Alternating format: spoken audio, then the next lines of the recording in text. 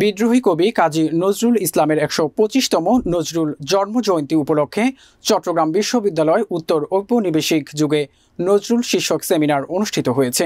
চট্টগ্রাম প্রতিনিধি রোমেন চৌধুরীর প্রতিবেদনে দেখুন বিস্তারিত। চট্টগ্রাম বিশ্ববিদ্যালয় নজরুল গবেষণা কেন্দ্রের উদ্যোগে মঙ্গলবার সকালে বিবিএ ফ্যাকাল্টি অডিটোরিয়ামে এ সেমিনার অনুষ্ঠিত হয়।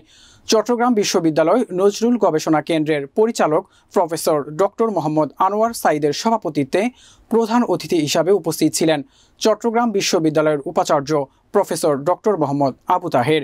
সেমিনারে মূল প্রবন্ধ উপস্থাপন করেন জাতীয় কবি কাজী নজরুল ইসলাম বিশ্ববিদ্যালয় উপাচার্য ও বিশিষ্ট নজরুল গবেষক প্রফেসর ডক্টর সৌমিত্র শেখর।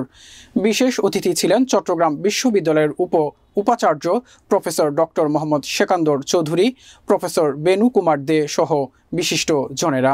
বক্তারা এ সময় বলেন, খ্যাতিসম্পন্ন কবি ও সাহিত্যিক বিদ্রোহী কবি কাজী নজরুল ইসলাম ছিলেন একজন স্বতন্ত্র মানুষ, যিনি বিচরণ করেছেন সবখানে এবং যাকে নিয়ে এখনো গবেষণার শেষ হয়নি। সেমিনার শেষে একক নজরুল সঙ্গীত পরিবেশন করেন কলকাতার সঙ্গীত শিল্পী সমৃতা মল্লিক।